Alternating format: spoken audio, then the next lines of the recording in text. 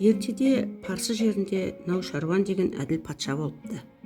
Патша бір күні аңға шығады. Аңда жүріп киік атып алады. Киік етін асып жемекші болып қасындағы уәзіріне жақын маңдағы бір ауылдан тұз алып кел деп жұмсайды. Уәзірі құп тақсыр деп атына міне бергенде патша сен тұзды тегін алма, кім болса да ақысын төле дейді. Уәзір таңғалып, уа патшам, шымшым тұз бір тиынға да татымайды. Оны тегін ақ алсам болады ғой. Әрі сіздей әділ әміршіге бір шымшым тұзды жұрт қуана береді дейді. Сол кезде Наушарван, ей уәзірім, мынаны жақсылап тыңда, жадыңнан шығарма.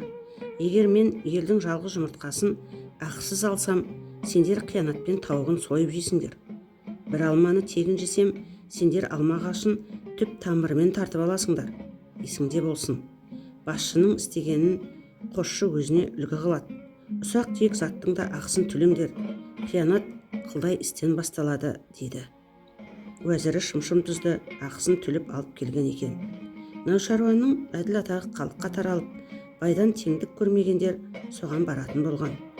Тұзда болса тегін алма деген тыйым Наушарван кезінен басталыпты. Қазақтағы көршіден ақысыз тұз алсаң, араларың бұзылады деген ырымның шығу төркіні осында деседі.